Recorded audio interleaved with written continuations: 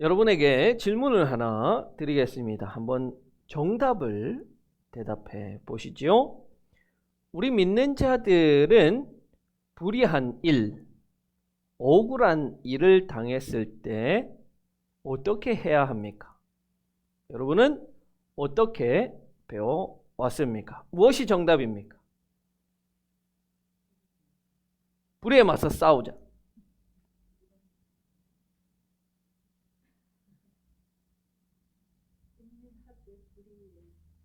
인내하되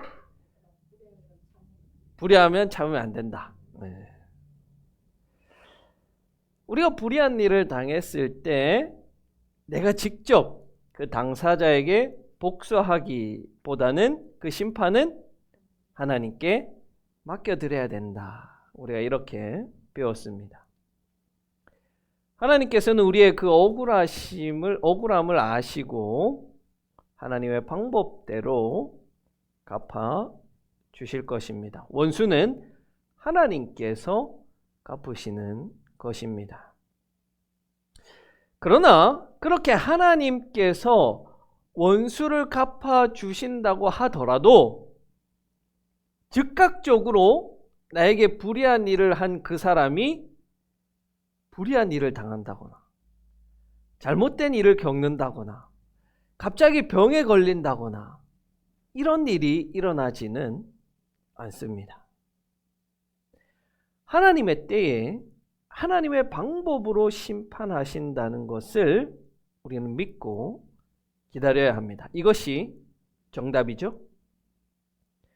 오늘 본문 7절은 그러므로라고 시작하고 있습니다. 그러므로라는 것은 앞의 내용의 결론에 해당하는 문장이 따라오게 마련이죠. 자, 그러면 우리 7절 앞에 있는 내용은 어떤 내용이었습니까?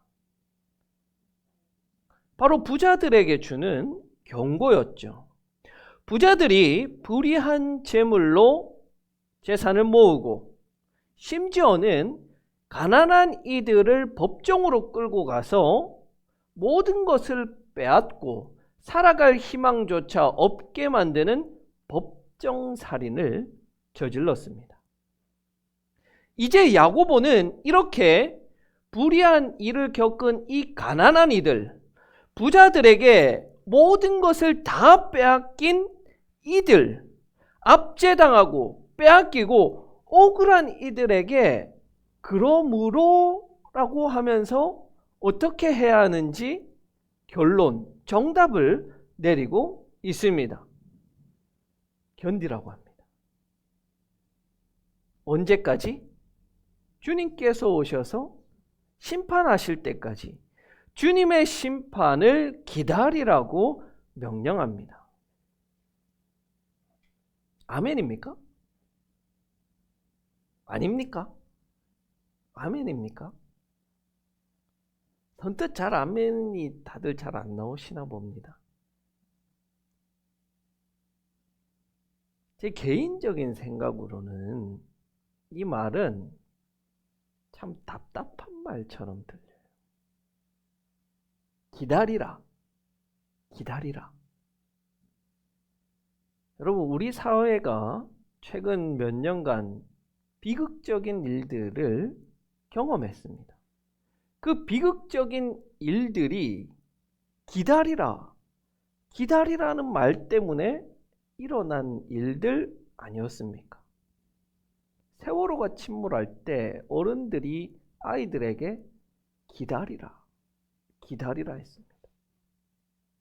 이태원 참사가 일어났을 때도 그랬습니다. 그래서 이제는 아무도 기다리지 않습니다. 기다리는 것은 좋은 방법이 아니라고 말합니다. 이제는 행동하는 시대입니다. 무엇이든 해야 합니다. 오늘 우리가 읽은 이 성경의 배경이 되는 시대적 상황이 딱 그렇습니다. 야고보가 편지를 쓸 당시에는 젤로 땅, 열심당이라고 하는 이들이 로마의 압제에 반기를 들고 무장투쟁을 하면서 봉기하였습니다. 로마로부터 압제당하고 수탈당하는 이스라엘은 전통적으로 메시아가 오셔서 우리를 구원해 주신다. 그래서 메시아가 오실 때까지 기다리라는 것에 굉장히 익숙한 이들이었습니다. 마냥 기다렸어요. 그렇게 마냥 기다리다 보니까 메시아가 오신 거예요.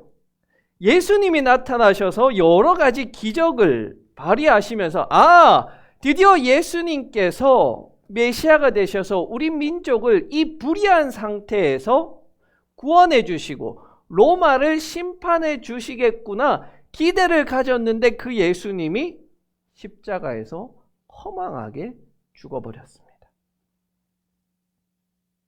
사람들은 이제 더는 메시아를 기다리는 것이 능사가 아니라고 생각하기 시작했습니다. 그래서 열심당은 무력으로 로마로부터 독립을 쟁취하겠다라는 신념을 가지고 테러하고 암살하고 전쟁을 일으켰습니다. 특별히 이 열심당원은 로마 당국에 적극적으로 협력하던 당시의 대제사장 가문인 사두개인들을 암살했고 또 로마에 적극적으로 협력해서 부한자가 되었던 부자 지주들을 공격하고 암살하기 시작했습니다. 이들은 로마에 대한 하나님의 심판을 기다리기보다는 직접적으로 행동에 나섰고 즉각적인 결과를 얻기 원했습니다. 그래서 불의하게 재물을 모은 부자가 된 농부들을 공격해서 죽였습니다. 그것은 즉각적으로 정의가 이루어진 것처럼 보이지만 이들의 반란은 곧 로마 당국에 의해서 진압되고 그 반란은 실패로 끝이 납니다. 야고보 사도는 그런 상황을 듣고 보고 알고 있었고 이 편지를 받는 교인들도 그 상황을 경험한 시점입니다. 그리고 야고보 사도는 이들에게 말합니다. 그것은 하나님의 방법이 아닙니다 라고 말하고 있습니다. 그것은 정인을 세우는 일이 아닙니다 라고 말합니다. 그러면서 어떻게 말하느냐? 하나님의 때와 하나님의 심판을 기다려야 합니다. 주님께서 다시 오셔서 완전한 정의를 이루는 그 종말의 때를 기다려야 한다라고 말합니다. 그렇게 기다리는 중에 필요한 것은 인내입니다. 그렇게 야고보는 이 중요한 두 가지 주제, 인내와 종말, 인내와 종말을 이야기하고 있습니다. 바로 여기서 종말은 메시아가 오셔서 불의에 대해서 심판하시고 정의를 세우는 것을 말합니다.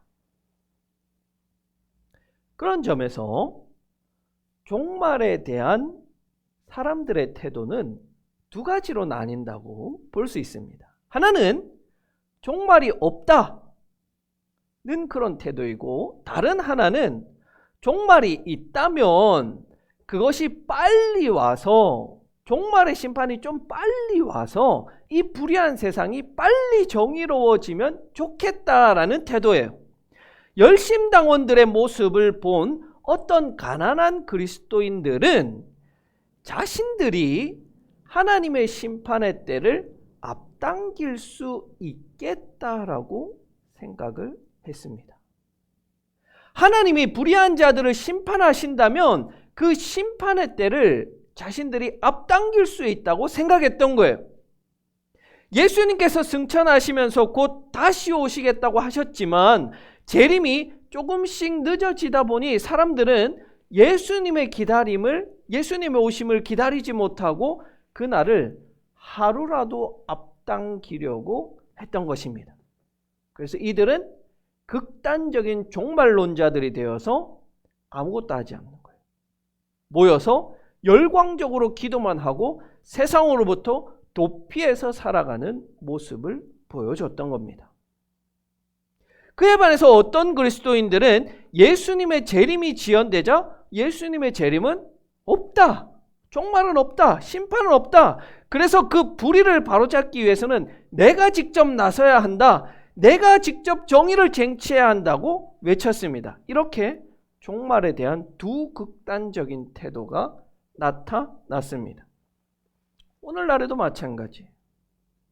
불의한 일을 당한 어떤 그리스도인들은 종말이 없는 것처럼, 하나님의 심판이 없는 것처럼 행동합니다. 또 어떤 그리스도인들은 당장 자기들이 모여서 막 소리 지르고 미친 듯이 열광하면서 오시옵소서, 오시옵소서 하면 예수님이 금방 오실 것처럼 그렇게 행동합니다. 이런 모습을 보고 야고보 사도는 이야기합니다. 아닙니다, 아닙니다. 인내해야 합니다. 기다려야 합니다. 라고 외치고 있습니다. 야고보 사도가 기다리라고 하는 것은 하나님의 때를 우리가 조금도 앞당길 수 없고 하나님의 때를 늦출 수도 없고 하나님의 때에 심판이 있다는 것을 믿으라는 말, 그것이 인내라는 단어에 함축되어 있습니다. 우리가 예수님 오시라고 한다고 해서 예수님이 하루 더 일찍 오시는 것도 아니고 오지 마세요 한다고 오지 않는 것도 아니고 하나님께서 계획하신 하나님의 때가 되면 그 때가 되면 오십니다. 그래서 우리에게 요구되는 것이 인내라는 성품인 거예요. 기다리는 것이 요구되는 거예요. 하나님께서 계획하신 그 때가 있음을 믿고 하나님의 계획과 섭리대로 이루어져 가는 기다리는 태도가 우리에게는 요청됩니다. 그런데 중요한 것은요, 어떻게 기다리느냐라는 거예요. 어떤 자세, 어떤 태도로 기다리느냐, 이것이 중요한 문제라는 거예요. 여러분, 우리가 지금까지 인내해라, 기다리라 라는 이런 설교를 들으면 불의한 일을 당해도 인내해라, 불평하지 마라, 원망하지 마라, 참으라 라고 배웠습니다. 데이트 폭력을 당해도 참아라, 부부간의 폭력을 당해도 참아라, 음주운전자가 내는 교통사고를 당해도 참아라. 그렇게 참으면 어떻게 되는데? 그러면 하나님이 갚아주실 것이다. 여러분, 지금도 저는 마찬가지지만요, 그것을 참 이해하기가 어렵고 저는 그것을 받아들이기가 참 어렵습니다. 물론 제 믿음이 부족한 결과이겠지만요, 그러나 한편으로는 과연 그런 태도가 성경이 말하는 인내인가, 성경이 말하는 기다림인가 하는 의문이 있기 때문에 그래요. 여러분, 불의를 참는 것이 인내입니까? 폭력을 당할 때 저항하지 말고 마냥 두드려 맞는 게 인내입니까? 우리 성경은 그것을 인내, 기다림, 참음이라고 말하는 것일까요?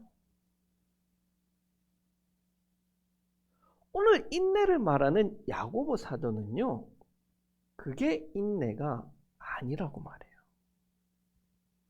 그러면서 야고보는 인내를 배우라면서 누구를 예로 드냐면 욥과 선지자를 예로 듭니다. 특별히 이 예시 중에 욥을 인내의 대명사로 들은 것은 굉장히 의외의 예입니다. 이례적이라는 말이에요.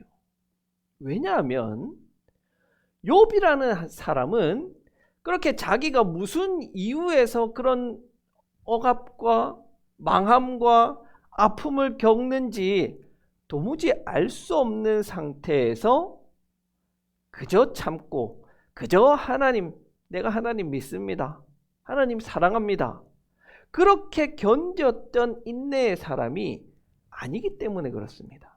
욥은요, 자신을 정죄하는 친구들에게 적극적으로 항변했고, 심지어는 하나님을 향해서도 항변했고 원망했고, 하나님을 향해서 주먹을 휘두른 자가 욥이기 때문에 그렇습니다. 아니 하나님께서 의롭다고 하신 욥이 그렇게 했습니까? 그런 생각이 드신다면 여러분은 성경을 다시 한 번 더 읽어 보셔야 됩니다. 욥의 친구들이 찾아와서 욥을 위로해 주고 난 다음 욥이 1000마디를 뗍니다. 그게 욥기 3장 1절에 기록되어 있는데 이렇게 기록되어 있습니다. 드디어 욥이 말문을 열고 자기 생일을 저주하면서 울부짖었다. 욥의 1000마디는요, 자기 생일을 저주한 거예요. 그 말은 하나님 도대체 왜 나를 태어나게 했습니까? 20절에서 구체적으로 말합니다. 어찌하여 하나님은 고난당하는 자들을 태어나게 하셔서 쓰디쓴 인생을 살아가는 자들에게 생명을 주시는가? 하나님을 원망하고 자기를 태어나게 하신 하나님에게 불평을 토로하고 있는 거예요. 의인 욥이 어떻게 하나님을 원망할 수 있지? 어떻게 저주할 수 있지? 어떻게 하나님께 불평할 수 있지? 성경은요, 하나님께 원망하고 하나님께 불평하는 것을 금지하고 있는 것처럼 보입니다. 그것은 우리가 생각할 때 깊이 내리에 박힌 사건이 있기 때문에 그래요. 바로 출애굽했을 때 백성들이 원망하고 불평하니까 하나님께서 벌을 주셨다 하는 그 기억이 우리에게 딱 잡혀 있기 때문에 그래요. 그러나 욥기는요, 거기에 반기를 드는 거예요. 과연 하나님께 원망하고 불평하는 자가 믿음 없는 자인가? 그것이 정말로 하나님께서 싫어하시는 행동인가? 묻는 거예요. 거기에 대한 질문에 대한 대답을 풀어나간 게 욥기라는 책이에요. 우리가 불의한 일을 겪고 힘든 일을 겪었을 때 하나님께 원망하고 불평하고 화내는 것은요, 인간의 자연스러운 반응입니다. 그러나 욥은 하나님을 향한 그 믿음을 잃어버렸다거나 하나님을 배신하는 일은 하지 않았습니다. 또한 그러한 고난을 당했을 때 그 비난의 책임을 이웃에게 돌리지 않았습니다. 욥의 인내는요, 믿음에 대한 인내인 거예요. 믿음을 잃지 않는 인내라는 말이에요. 이런 상황에서 우리가 믿음 없는 자라 이야기할 수 있는 자들은 하나님 없어요. 하나님이 계시다면 나한테 어떻게 이럴 수 있어요? 하면서 하나님을 떠나는 자들이 믿음 없는 자들입니다. 그에 반해서 하나님께 원망하고 불평하고 화내는 자들은 오히려 하나님의 주권을 인정하고 하나님의 일하심을 인정하는 자들이라는 거예요. 반대로 인간에게 화내고 불평하고 책임을 돌리고 나쁜 말을 하면서 믿음을 떠나는 자들이 인내하지 못하는 자들인 것입니다. 핵심은요, 인내의 핵심은 하나님을 떠나지 않는 거예요. 하나님을 떠나지 않는 게 중요하다는 거예요. 그 어렵고 힘든 때 우리는 하나님의 부재를 경험하고 하나님의 뜻과 계획을 이해할 수 없음을 경험합니다. 바로 그때 우리에게 필요한 것이 무엇이냐? 인내인 거예요. 많은 이가 그때 인내하지 못하고 하나님을 떠나서 믿음의 때를 보지 못하고 하나님의 일하심과 하나님의 심판의 때를 보지 못하는 거예요. 여러분, 하나님 원망해도 괜찮아요. 하나님 앞에 불평해도 괜찮고 하소연하고 화를 내도 좋습니다. 우리 하나님은요, 여러분들이 원망하고 불평한다고 그것도 못 받아주시는 그런 속 좁은 하나님이 아니라는 말이에요. 우리 아버지는 언제든 우리가 아버지 품에 안겨서 울 때 위로해 주시고 투정 부릴 때 받아줄 수 있는 그런 넉넉하신 분이시라는 거예요. 그래서 불의한 일을 당하였을 때 하나님께 하소연도 하고 원망도 하고 불평도 하십시오. 그것을 하지 않으면서 하나님을 떠나는 것이 믿음 없는 것이지, 그렇게 하나님께 달려가는 자는 믿음 있는 자예요.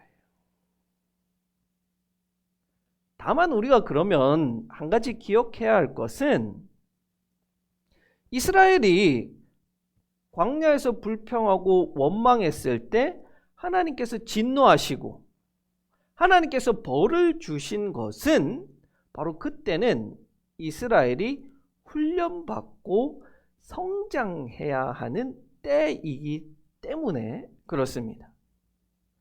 여러분, 우리가 그런 불의한 일, 어려운 일, 힘든 일을 겪을 때마다 하나님께 가서 원망하고 불평하고 투정 부리고 그렇게 하는 것이 인정되지 않는 것은, 우리도 그런 상황에서 훈련되어지고 성장해서 다음에 그런 어려움이 찾아왔을 때 성장한 그 믿음을 가지고 그런 어려움들을 넉넉히 이겨낼 수 있어야 하기 때문에 그렇습니다. 마냥 언제까지나 우리가 어린 아이의 신앙이 되어서 마냥 투정 부리는 그 믿음에서 우리는 성장해서 불의한 일을 겪더라도 하나님의 심판을 믿고 넉넉하게 이겨내는 그 믿음의 성장이 우리에게는 요구된다는 말이에요. 불의한 일을 당했을 때 하나님을 원망하고 불평하고 화내는 것은 하나님을 믿는 자들의 자연스러운 모습이지만, 그것은 우리의 신앙의 초보일 때, 우리의 믿음이 연약할 때, 우리가 부족할 때의 모습이고, 우리는 그런 역경과 어려움을 통해서 믿음이 성장해서 또 그런 일이 왔을 때 하나님을 믿고 하나님의 심판을 넉넉하게 의지하여서 견뎌내는 데까지 성장해 나가는 것이 중요하다는 말입니다. 여러분, 우리는 인내하는 자들입니다. 그러나 앞서 말했듯이 불의에 대해서는 적극적으로 저항하고 하나님의 정의가 이 땅 가운데 세워지도록 투쟁하는 자들입니다. 그렇다면 우리는 적극적으로 불의에 대해서는 저항하지만 이 모든 것 뒤에 하나님의 심판이 있으며 하나님께서 완전히 정의를 이루어 가실 것을 믿으며 하나님의 때를 기다릴 줄 알아야 할 것입니다. 나의 혈기로, 나의 욕심으로 세우는 정의가 아니라 하나님의 때가 이루시는 정의를 세워나가야 하는 것입니다. 그래서 우리에게는 바로 이 선지자들의 인내가 요구되는 거예요. 선지자들은 말씀을 통해서 하나님의 때를 볼 줄 아는 자들이었습니다. 하나님의 때가 가까이 왔음을 아는 자들이었어요. 그래서 그 하나님의 때를 알기에 이 불의한 세상 앞에 정의를 외칠 수밖에 없었습니다. 그 세상을 향한 안타까움이 있었고 하나님의 심정을 잘 알았기 때문에 그렇습니다. 그들은 마냥 앉아서 세상이 멸망해가는 것을 구경하지 않고 이 불의한 세상을 조금이나마 바꾸기 위해서 자신을 내어 던진 자들인 거예요. 그것이 선지자들의 인내입니다. 말씀을 통해서 세상과 하나님의 때를 아는 안목을 가지십시오. 그리고 하나님의 때에 멸망할 수밖에 없고 심판받을 수밖에 없는 세상을 향해서 정의와 회개를 외치는, 그래서 비록 내가 그것을 외침으로 인하여서 당하는 어려움과 불의한 고난과 힘든 일들이 있을지라도 그렇게 불의를 행하는 자들과 망해가는 세상을 긍휼히 여기는 하나님의 심정으로 외칠 수 있는 그 인내가 우리에게는 필요한 것입니다. 어떠한 어려움이 있더라도 여러분 포기하지 마시고 끝까지 달려가십시오. 그 가운데 불의한 현실과 상황을 향해서는 정의를 외치시고 하나님의 심판이 있음을 선포하는 그 선지자의 인내를 나의 인내로 만들어갈 수 있다면,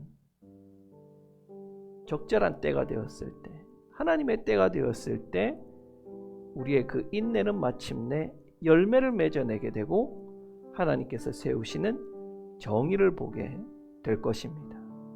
우리 그날을 위해서 끊임없이 달려가는 하나님의 자녀들 되기를 간절히 기원합니다.